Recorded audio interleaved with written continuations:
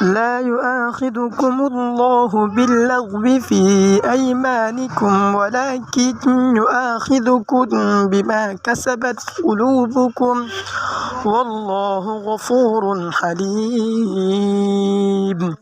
للذين يؤلون من نسائهم تربص 4 أشهر فإن فاءوا فإن الله غفور رحيم.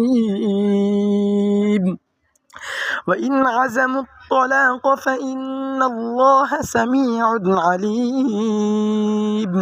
والمطلقات يتربصن بأنفسهن 3 قروء ولا يحل لهن أن يكتمن ما خلق الله في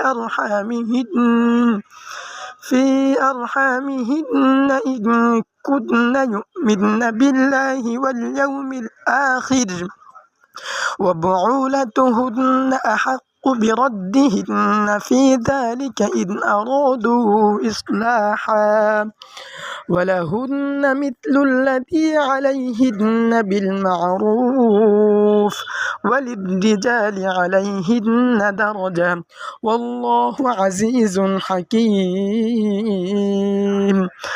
الطلاق 2 مرتان فإمساك بمعروف أو تسريح بإحسان ولا يحل لكم أن تأخذوا مما آتيتموهن شيئا إلا أن يخافا ألا يقيما حدود الله فإن خفتم ألا يقيما حدود الله فلا جناح عليهما فيما افتدت به تلك حدود الله فلا تعتدوها ومن يتعد حدود الله فأولئك هم الظالمون.